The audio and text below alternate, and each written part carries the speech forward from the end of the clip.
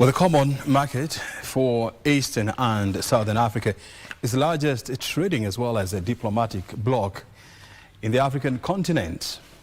And the numbers confirm this. You're talking about a trading bloc with about almost 700 million people and a combined GDP of 1.1 trillion US dollars. In fact, if Comesa was a country, it would be the 15th largest economy in the world.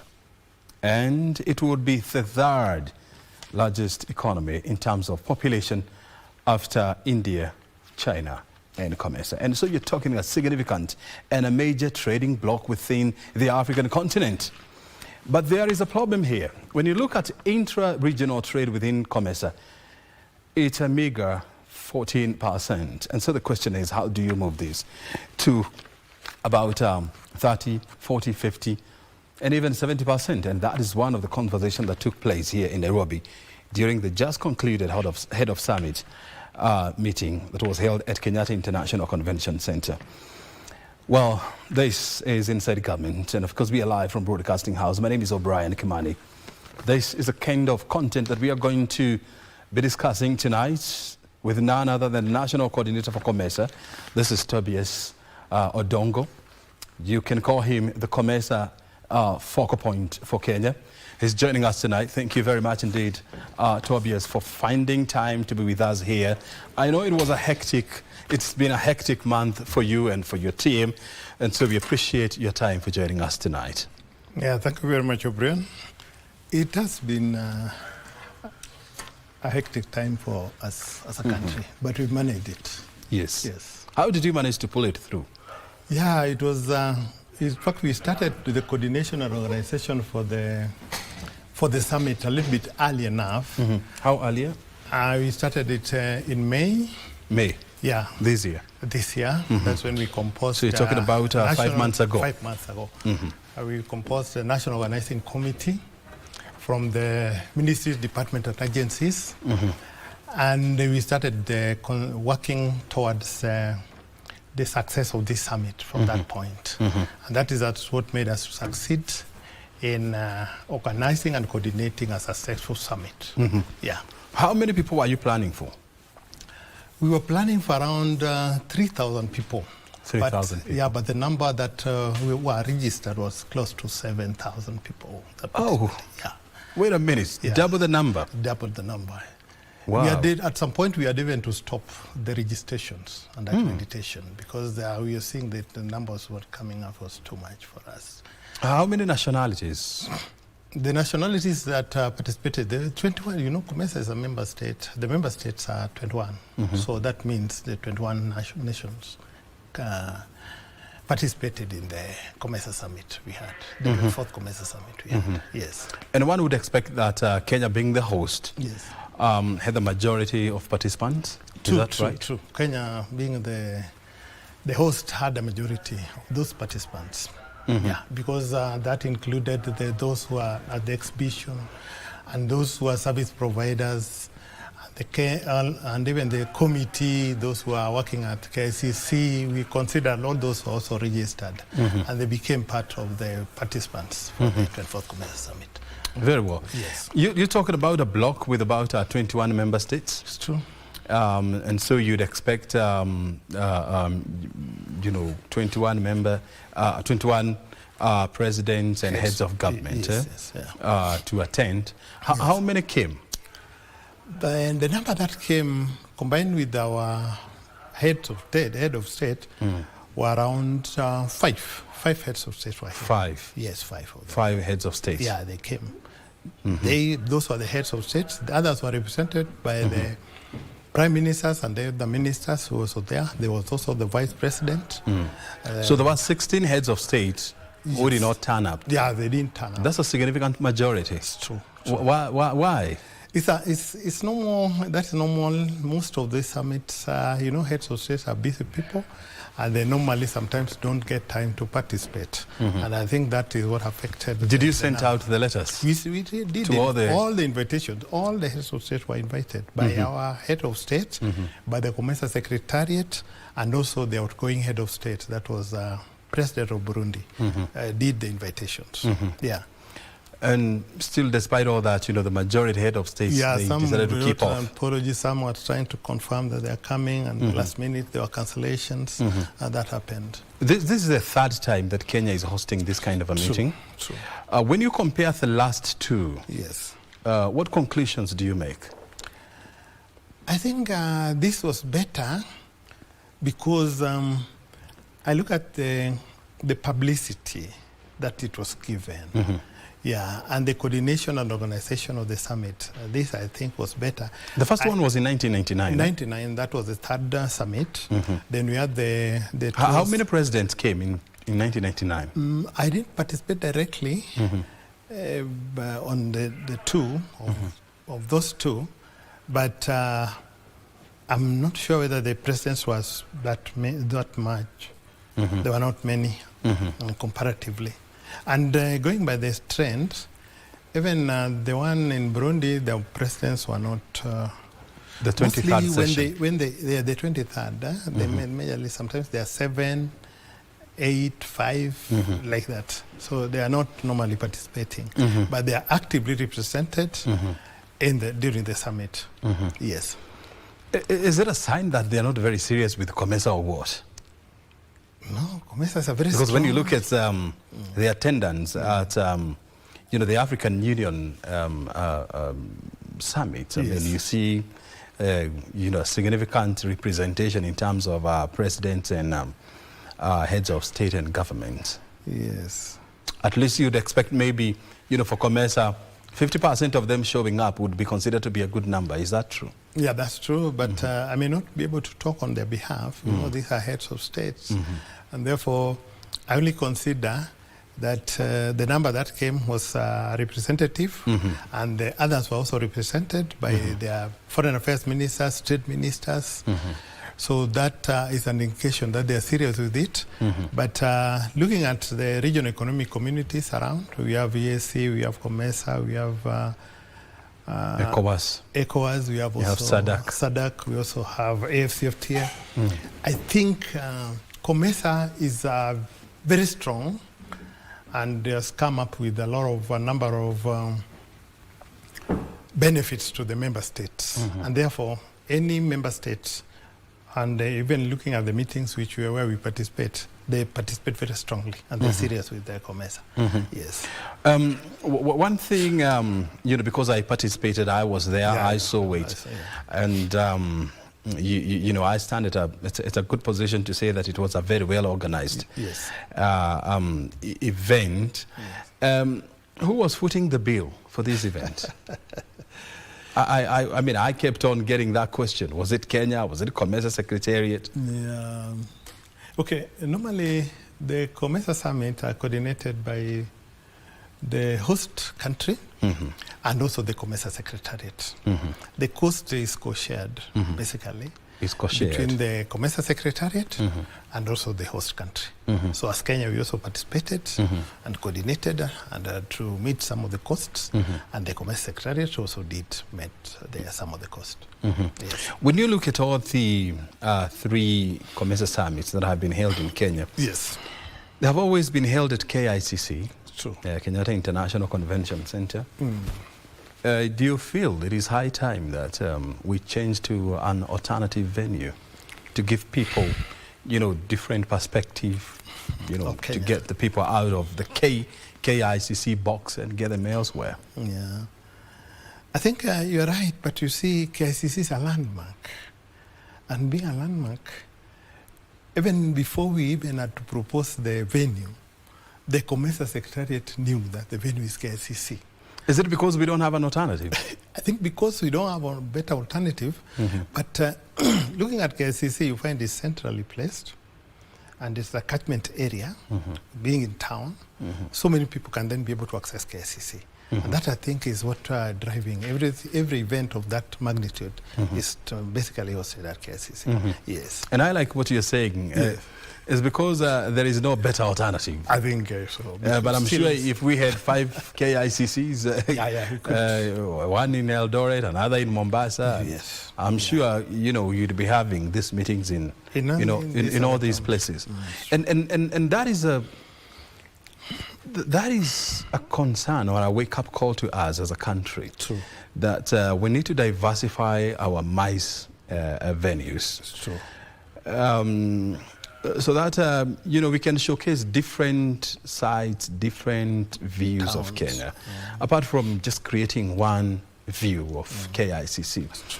And thank God the government is now remodeling the National Bombers of Kenya, where a major convention center is coming up, and let's hope that the next time Kenya is hosting this kind of a meeting, that convention center will be done, because next year I know the meeting will be in Harare, Zimbabwe, and then thereafter it will go to the Kingdom of Eswatini. From there, there is no program for that, because so it will be decided. It will be decided in Eswatini. In Eswatini. When are we likely to host another meeting, another Comesa Head of State Summit? In Kenya. Is it in this decade? No, you can't be sure, because this one took us like 18 years to come back here. 18 years? Yes, from 2007 to date. Yeah. So that tells you it's quite a long time. It takes time. It takes time. The other one was 1999, then the other one was in 2007. Yes. Then this one 2024. Then 2024. Yeah, so you see, it is not something that you can predict. Let's hope we have another one in the year 2030. Yeah, 2030. So that we can have a lot to showcase. Yeah, we can, but it depends. There are these 21 member states. They're also interested in hosting the summit. So therefore. Very well. Let's now get deep into the issues that were discussed at the summit. Yes. And one of them was the intra-regional trade. True. I talked about 14%. Yes. Which would be classified as one of the lowest in the world. The highest being the European Union, whereby the intra-EU trade, you're talking about northward of 70%. 70%, yes. Why are we still not trading among each other? There are a lot of arguments which have been put in place. That's why we are not trading among ourselves. But basically, we've not integrated so much, and we have non-tariff. We are having non-tariff barriers, which we are imposing on trade, and this is what is affecting intra-African trade. And because some people reason that we almost produce the same product, and that is why there's no much of intra-Comesa trade.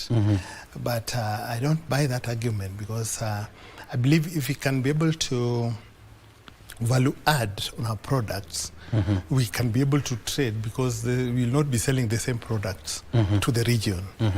But basically what normally happens is that we find that some countries impose some of the non-tariff barriers that hinders the intra-Comesa or inter-regional trade. And that is what affects Africa, basically. But there is something that you're saying, which, and that argument has always been posted around, that when you look at, member states within the Comesa bloc, they are majorly agricultural-based economies. They're producing coffee, they're producing maize, they're producing flowers, they're producing beans and all that. Beans, tea, coffee. And so there is very small industrialization and manufacturing base. Actually, when you were to look at Comesa, some of the biggest manufacturers within Comesa are Kenya. You're also talking about countries like Egypt, to some small extent Zimbabwe.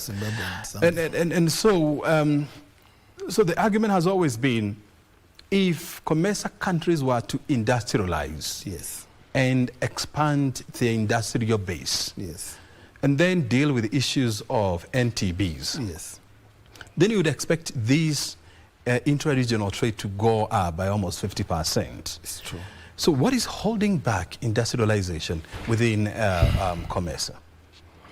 Yeah, you see what happened when we opened our markets.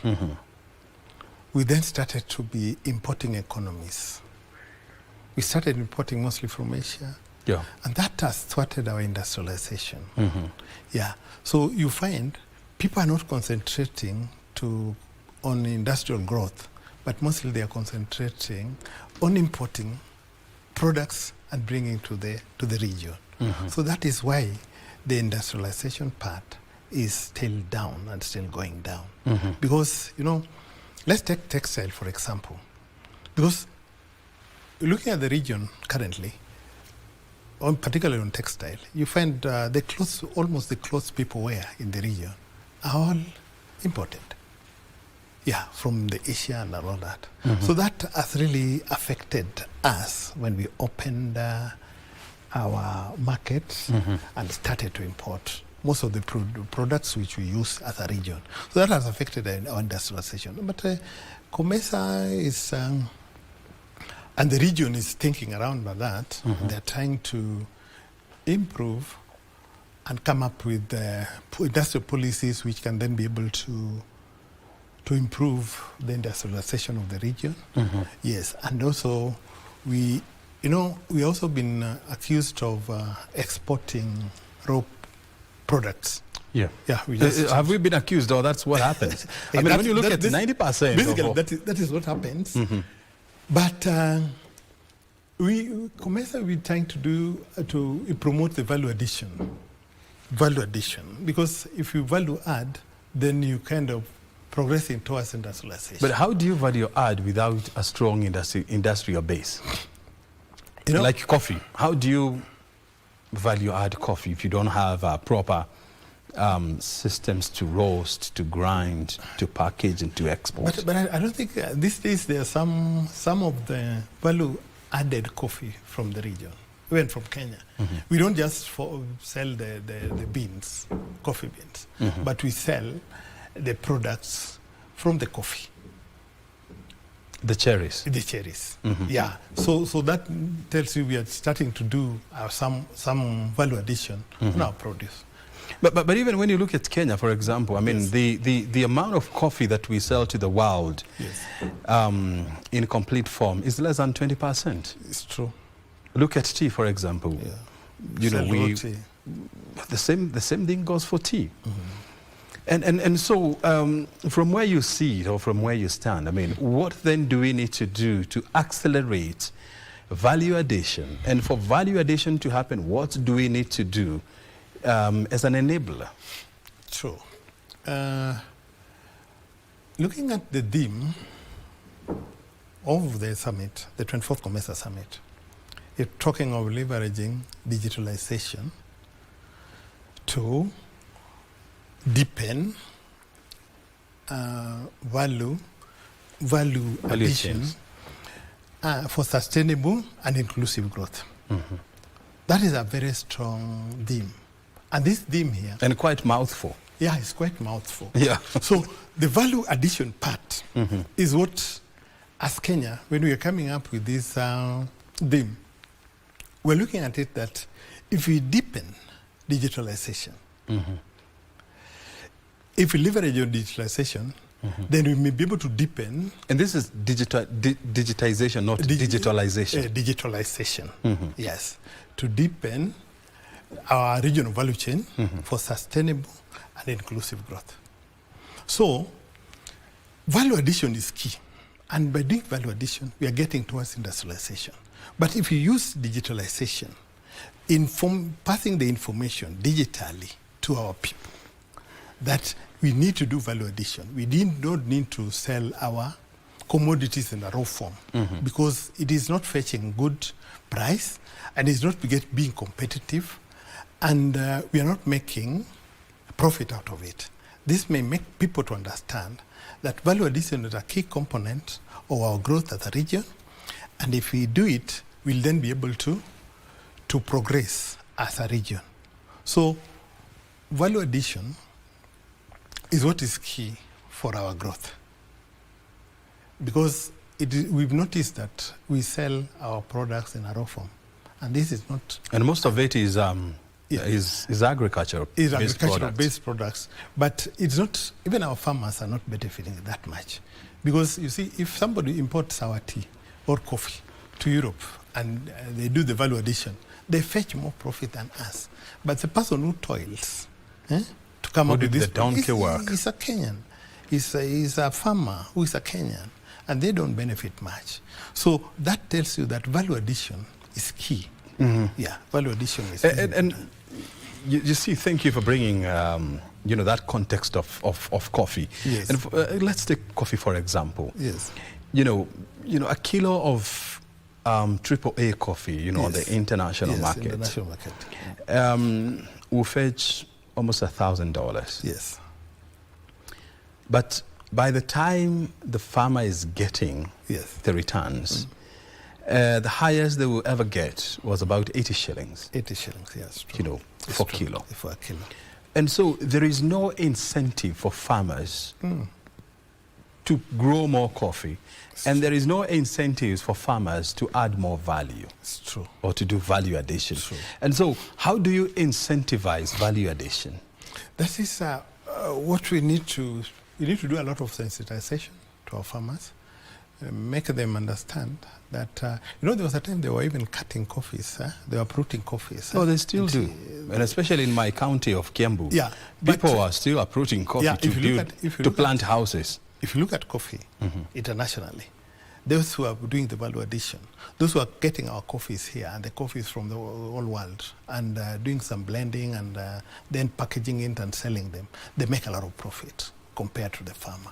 So what as a country we need to do is only to sensitize our farmers, advise them. Is it the farmers to do the value addition, or who should do the value addition? It's not the farmer.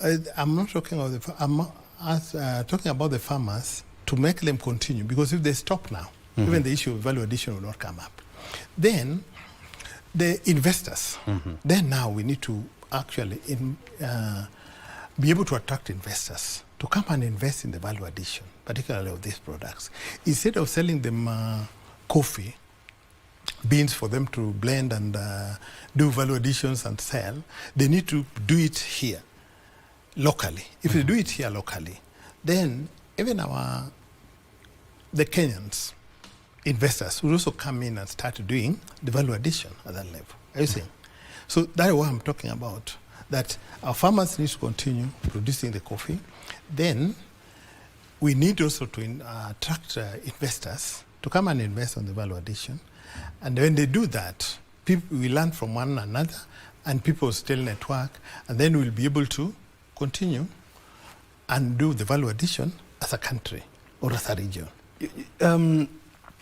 When speakers were talking and giving their speeches during the meeting, they were talking about developing industrial nodes. Yes. Okay. Yes. And Kenya was talking about a good example that we gave was the county aggregation industrial parks, or what we are calling the KIPES, which is a brilliant idea, if you ask me. True. Which seeks to bring industrialization at the county level, where, for example, when you take Kiambu farmers, they don't need to take their coffee to Nairobi for value addition. True. It can be done within Kiambu counties. Yes. But we are yet to see the first KIPE being rolled off the mill, so that it can embark on this industrialization journey. KIPES are good ideas. And by the way, they are domiciled within your ministry, right? They are domiciled within our ministry, those State Department for Industry. But it was one of the flagship projects that came up during this government, by this government. This administration. This administration did that. And the implementation, maybe the concept is not, has not been embraced well within the region, within the counties, and maybe the people do not understand. But if we work under KIPES and we aggregate our produce under KIPES, that is also one way that can bring in the value addition and industrialization. Help me understand this. Yes. See, when you look at, the Comesa member states, Yes. The highest, or the country with the highest manufacturing base is Egypt. Egypt, yes. And you're talking about 25%? 25% of GDP? Egypt, yes. The second is it Ethiopia or Kenya? It's Kenya. It's Kenya. Kenya and Zambia. With less than 9%. 9%, yes. And so this is still very small, because even our GDP is still very small. Yes. You look at Kenya, with a GDP of about 150 billion yes. US dollars. So that is still very small. Yes. And so if Kenya is big, from the eyes of Comesa, Yes. but very small, in the global scheme of things, Yes. then how then do we lift others? How do we lift Malawi, for example? How do we lift Eswatini? How do we lift Lesotho? How do we lift other countries, so that we can come up to where we are? I think that is why we have these regional economic communities. Because if you're working together, we are coming up with the projects together as a region and being coordinated by a regional economic community like Comesa, then that can be able to bring up these other countries which are still lower, so that they can also understand what the region requires. Because like during the summit, we came up with there were policies, there were declarations, there were policies that came up. If we start to implement them, then these other countries would also be the beneficiaries. And that is why the importance of regional economic communities, bringing the countries together so that these countries can then start working together, networking and learning from each other, so that to make them understand. Being coordinated by a unified factor, which is Comesa now. Yes. Tobias, help us understand things. I mean, when you look at Comesa, yes. It is celebrating its 30th birthday this year. Is it still a good idea to have Comesa? Very good. Very good idea to have Comesa. Why? Because what Comesa is doing today is trying to promote a regional cooperation and trying to promote trade within the region. Without Comesa, we still could be having so many of these non-tariff barriers, and we will not then be able to trade. But now, when we get into, Comesa started as a preferential trade area. Yeah. Then by 1994, it came to be, it was named Comesa. Then by the year 2000, Comesa then became a free trade area. So they were to eliminate tariffs. Yeah. Yes. So when that happens, that is what has enabled even the intra-Comesa trade.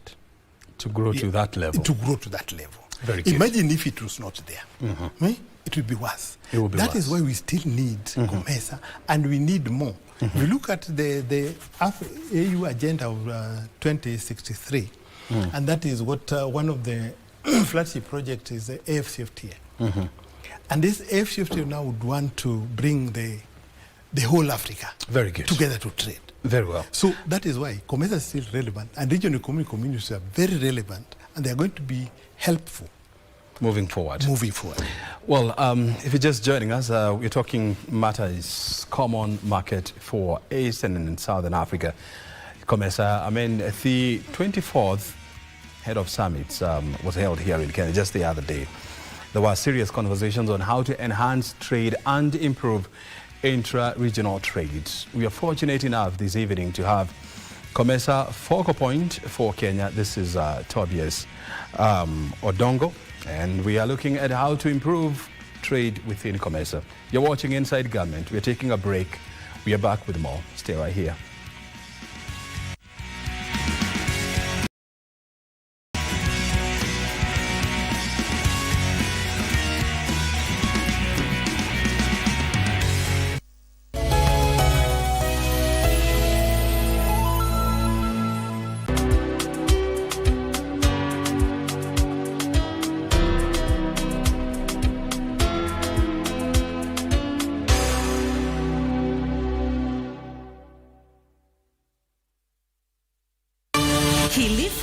County, muda umefika. Ni wakati wa sauti zenu kusikika na vizazi kuzungumza kwa uwazi. KBC Channel 1 inakuletea kipindi cha kipekee, Transgenerational Conversation. Jukwaa la vijana na wazee kuketi pamoja, kusikilizana, kuulizana maswali na kujifunza kutoka kwa kila kizazi. Safari hii tunatua kaunti ya Kilifi. Kumbuka, ni Alhamisi tarehe 23 mwezi huu kuanzia saa 1:30 jioni, moja kwa moja kutoka ukumbi wa Kibaoni Social Hall. Usikose kushiriki Transgenerational Conversation, sauti ya kila kizazi. Mazungumzo haya yameletwa kwenu na KBC kwa ushirikiano na NCIC, Korea International Cooperation Agency na UNDP.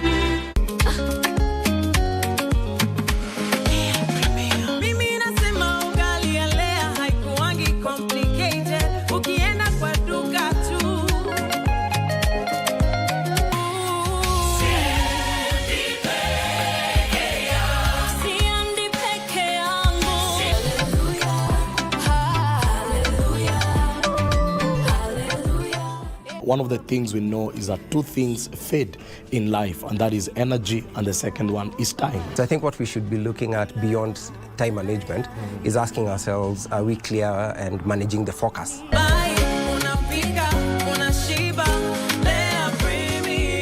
Lea Premium Flour, nurturing the world. Available in a store near you. A world record holder in Paralympics, an icon and a mentor. I'm happy I struggled so that many other people people with disability can be able to benefit. We are not yet there, lakini what I can say, we are somewhere. Things are changing. They cannot happen overnight, but I thank God things are happening. We are on the right direction. Sylvia's world changed in a single moment when she finally came to know the diagnosis. Embrace disability, mtupende, pende watoto wetu, juu cerebral palsy si contagious, haikushiki, haishikanishani.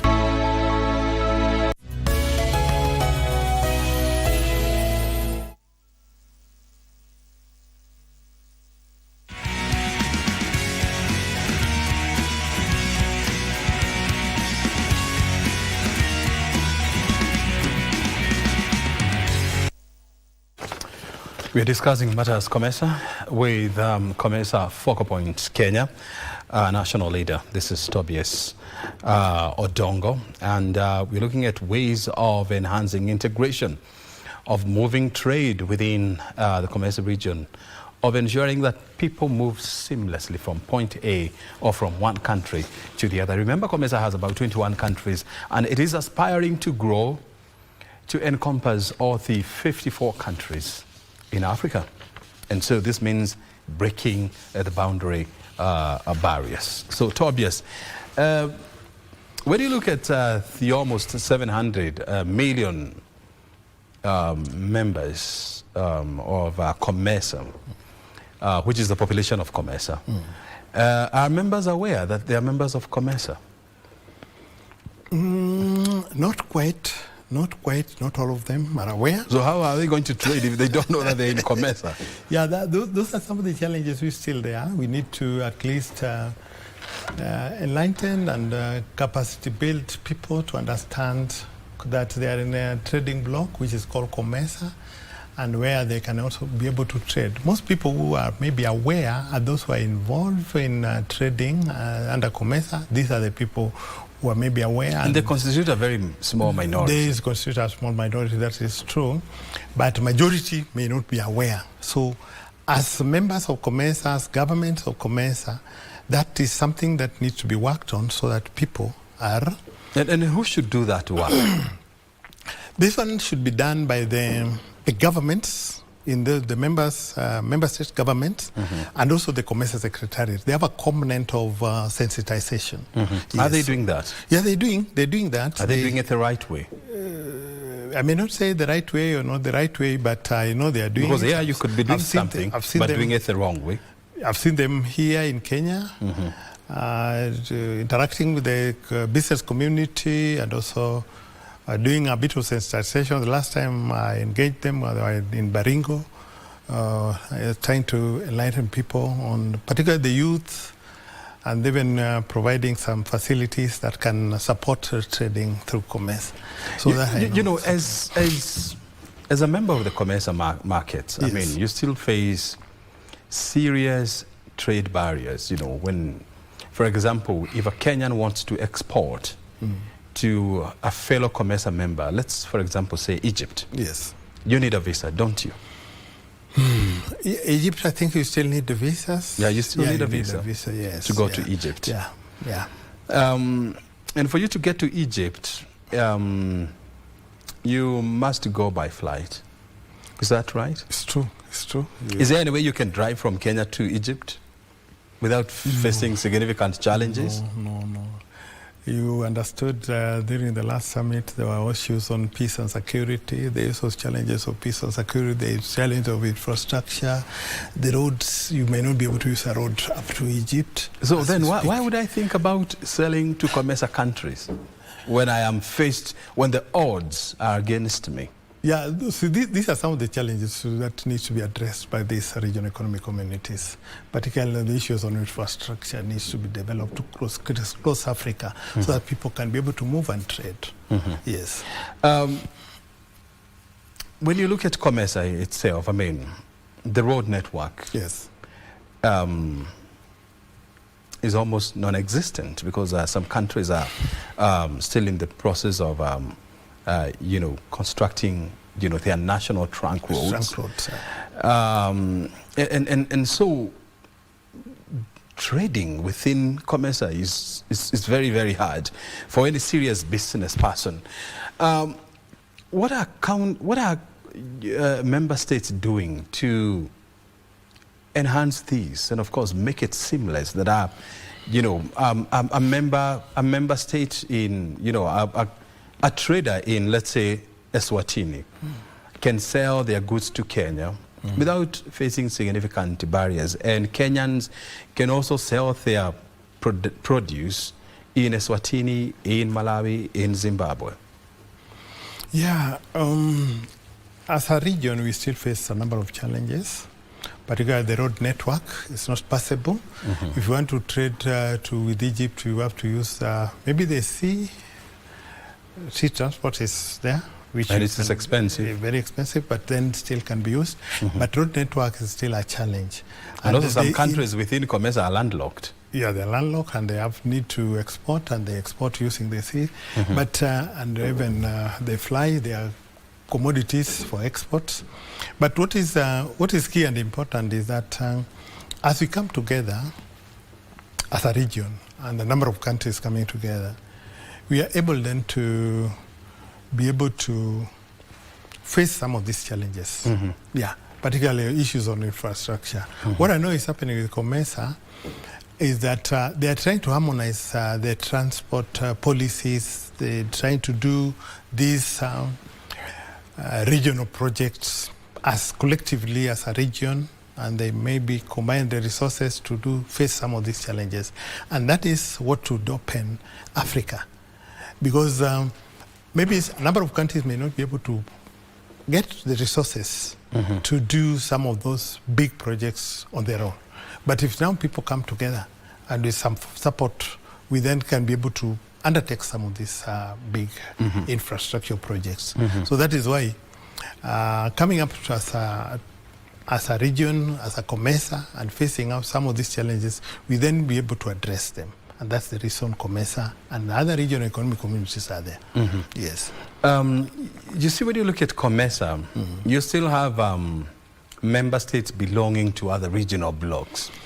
Like, for example, you here in East Africa, you have the East African Community. Yes. Where you have Kenya, you have Somalia, you have Tanzania, Rwanda, Burundi, all these countries. Then you go to Southern Africa, you still have countries like Zimbabwe, Swatini, Lesotho, Malawi, Zambia, all members of SADC. Yes. And when you look at their membership in SADC, it's very, very strong. And so you have a situation whereby members are more inclined towards their regional trading blocs Yes. as opposed to committing more resources to blocks like Comesa. Yes. And so how do you deal with this? How do you ensure, yes, that Kenya, Tanzania, Uganda, yes, you're members of East African Community, Yes. and yes, commit more resources, become more committed in EAC, but at the same time, don't neglect your roles and responsibilities within Comesa. Yeah, it's still it's a challenge. It's a challenge, but it's being addressed through AU. I also talked about AU Agenda 2063. Yes, those were the issues which were being discussed. The spaghetti, where now you find that countries are in most of these regional economic communities, which were then not adding value, and that's the reason for the AFCFTA to address some of these challenges. The multiple membership of the countries in these regional economic blocks. That has also a hindrance to the regional integration. And for our leadership, the leadership of the Africa, then decided to come up with the AFCFTA. So, and they wanted to use these regional blocks like EAC and also EAC, Comesa, SADC, and they build on them to build, because they now have structures. So if they use their structures, they need to make them easily to use them as a building blocks towards achieving the objectives of AFCFTA. So this is what is happening, because it was realized that that was a big challenge for the region. Yeah, and to address it, that is what the AU came up with, that if we come up with a one unifying regional economic community for Africa, this will solve this problem of multiple memberships of these countries in those years. Well, if you're just joining us, we're in the company of Tobias Odongo. He's the Comesa focal point for Kenya, and also the national coordinator for Matters Comesa. He's also a senior official at the Ministry of Trade. And our conversation tonight is on how to drive intra-regional trade within Comesa, and of course, deal with non-trade barriers. How do you trade seamlessly with other countries within the Comesa bloc? Let's now talk about, the just concluded 24th summit. Yes. It was read to member countries. Delegates were saying that this is becoming like right. Well, people will hold meetings and then to be read, but when you look back at what you achieved the last summit, you don't see any progress. And so how do we summit to tick? Yeah, O'Brien, that is a very good question. And as Kenya, when we were appointed or we selected or agreed to host the Comesa Summit, I think we had an objective. And looking even at our theme, you realize that the theme is futuristic, and the theme looks to be heading to address some of these challenges which are facing Comesa.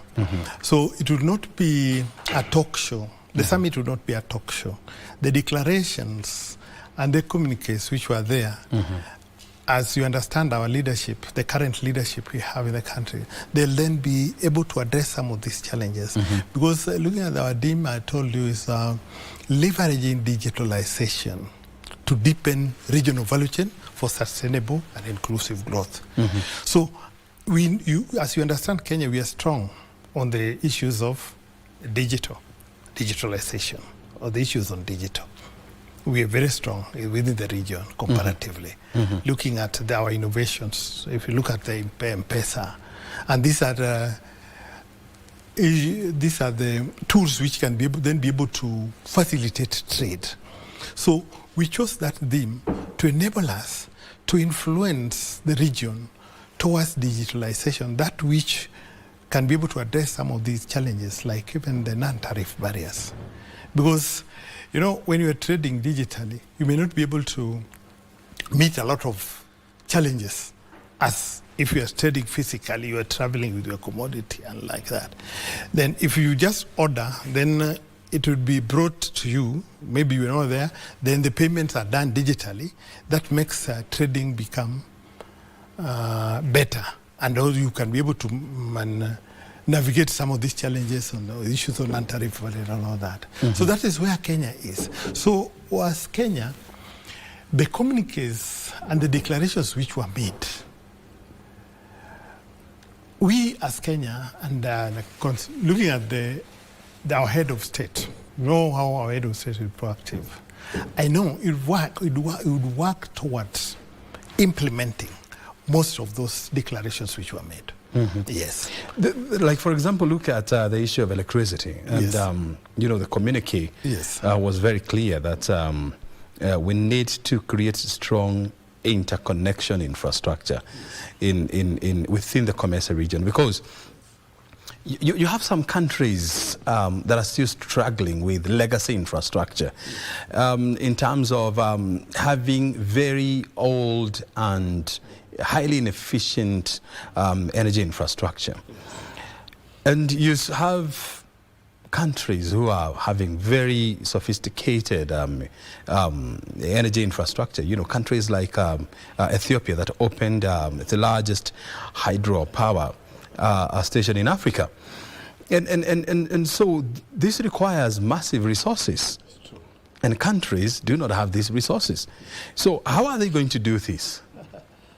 Looking at the declaration from the summit and the communique, you realize our president was very proactive when he came up and advised the member states that we need our own resources. We need to rely on the external resources, the external support, the development partners. They're not actually helping us. Then he also had urged member states to increase their shares on the Trade Development Bank.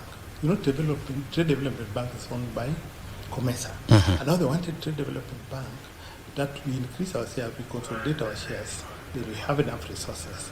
That which member states can then be able to use to fast track some of these infrastructure developments. Very good. Well, I mean, as I told you earlier on, we are with, in studio, we are in the company of Tobias Odongo. He's the Comesa focal point for Kenya. And of course, he's sharing with us, you know, some of the initiatives that are being put in place to ensure that we create a strong Comesa, not just for Kenya, but for Africa as a continent. And I've been telling you this: when you look at Comesa, you're talking about a behemoth of a trading bloc. You know, 21 member states, almost 700 population. And you're talking about a GDP of over 1.1 trillion US dollars, which is massive by all standards. And so, Tobias, because we have about four minutes before we wind up. Yes, we have 4 minutes. I mean, we've been here for the last 47 minutes. So help us understand this. Where do we go from here, and how do we make Comesa to be strong, and how do we position Kenya as a key driver of inclusion and integration in Comesa? O'Brien, you understand that as the host, when we hosted the Comesa Summit, then we became the chair of the Comesa. So when we become the chair, it's us to drive the policies of Comesa going forward for the 1 year we are going to have. So when we're going to drive policies, it's upon Kenya now to come up with the policies that which can make Comesa to be strong. One such policies is to actually be able to promote trade by increasing the intra-Comesa trade. Kenya, as I told you, we are strong on the digitalization. That is within the region. I'm not sure of the data, but we are very considered to be strong. Then we chose that to use the digitalization to be able to capacity build the other member states so that our region and our member states can also be able to adopt digitalization to fast track the regional integration of Comesa. So that is our strong point as a region. So if we be able to implement some of these recommendations which came out of the 24th Comesa Summit, we'll be able to be strong, and we leave Comesa, we leave the chairmanship of Comesa when Comesa is not where we found it as a region. Yes. Very well. Yeah. Good. Tobias. Yeah. Unfortunately, time is over for us when we were just starting. I know you are just here in town. We'll always engage with you so that we can discuss these issues of driving Comesa forward. Yes. Your time is highly appreciated. Thank you very much for inviting me. Thank you very much indeed. Thank you. Thank you very much. Comesa Focal Point, National Coordinator for Kenya, Tobias Odongo, joining us tonight, to share with us some of the wisdoms on how to drive Comesa forward. And of course, you have heard it from him. We just hosted a highly successful meeting. And so the question is, how do we make Comesa a successful story? It has struggled in the last 30 years. How do we make it to the next 30 years? And how do we make Comesa strong? Well, it will require the efforts of all the 21 member states and, of course, attracting more member states to join Comesa. And, of course, empowering the citizenry, dealing with non-trade barriers, and, of course, enhancing trade, or what we call intra-regional trade. My name is O'Brien Kimani. Thank you very much indeed for joining us. You have been watching Inside Government. Remember, this is what we do every Wednesday from 8 to 9 p.m. where we discuss critical issues with policymakers and policy movers. Thank you very much indeed. The Prime Edition is coming up next with John Jacob Curia and Doreen Arange. Hang around. Bye.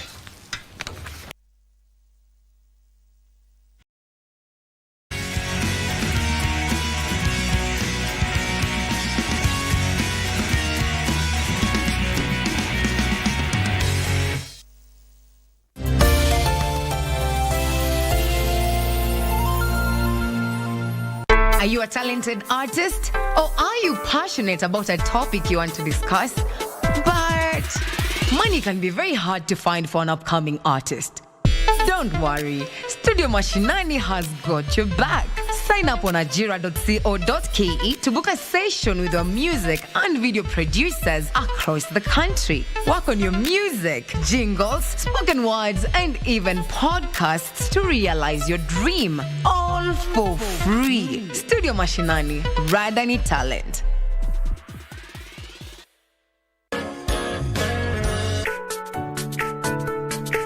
My name is Kayla Salif Odhiambo. I'm 8 years old.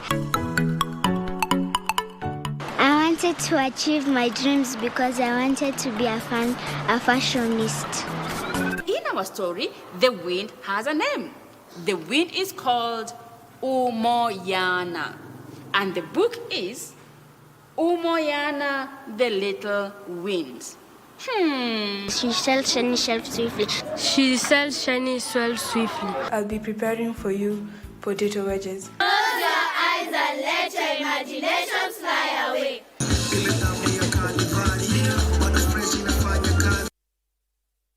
Wiki hii kwenye Mkulima tunaangazia kilimo kutumia mbinu za asili.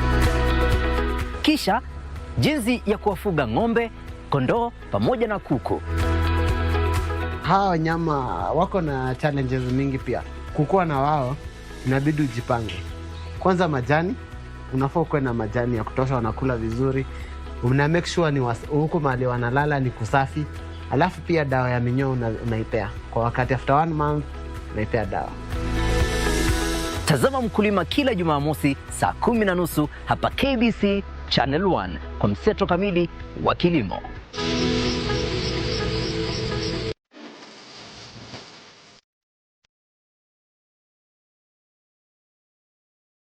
The Twatwa couple. The Morenes are here with us. Hey! My name is Reverend Joseph Monene, seated with my sweetheart here, Sue Monene. I never met you. In fact, Monene was my Sunday school teacher. This one is getting hard. Right from when I was young, I started admiring him.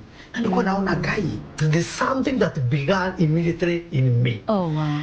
In fact, Pastor Monene was my first man. All through, me, I was a no-go zone. You went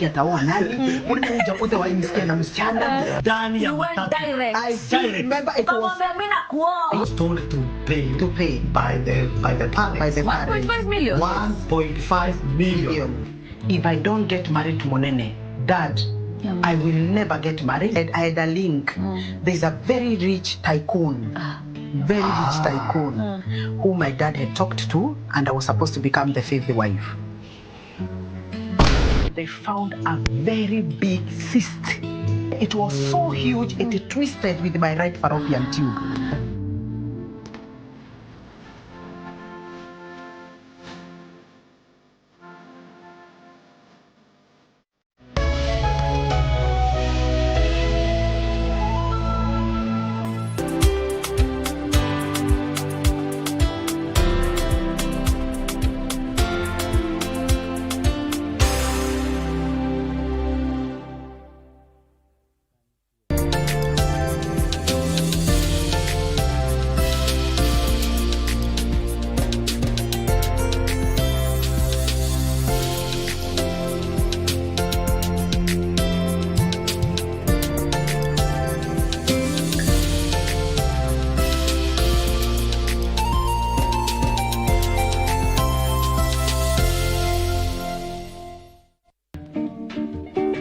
Hapa unakuwa humiliated mbele ya watu, lakini unapata uwezi shtaki, sababu ukishtaki utafungiwa barabara ya kwenda bunge. Kondo ya mwisho na nini? Na kufi. Na katika ulimwengu ya kiroho, unajua litwangwa hiyo kofi ni Mikaeli. Sasa mimi nauliza wewe. Bila nabii ungekuwa wapi? Mimi angekuwa Bachonga. Unajua utapata shida. Wewe ndio malaika ama sijakuelewa bado? No. I'm his prophet. Huyu yeye ni nani anawababaisha hivyo? Bila anakusomeanga maisha yako vile iko. Na wewe unaamini? Makwa, ni kweli sasa. Ulikuwa umejua list ya millionaires ulikuwa umeingia. Lehamba ya papa. One of the millionaires. Billionaire? Si ndio? Akinirutisha tu kwa hiyo namba. Tafadhali nirutishe.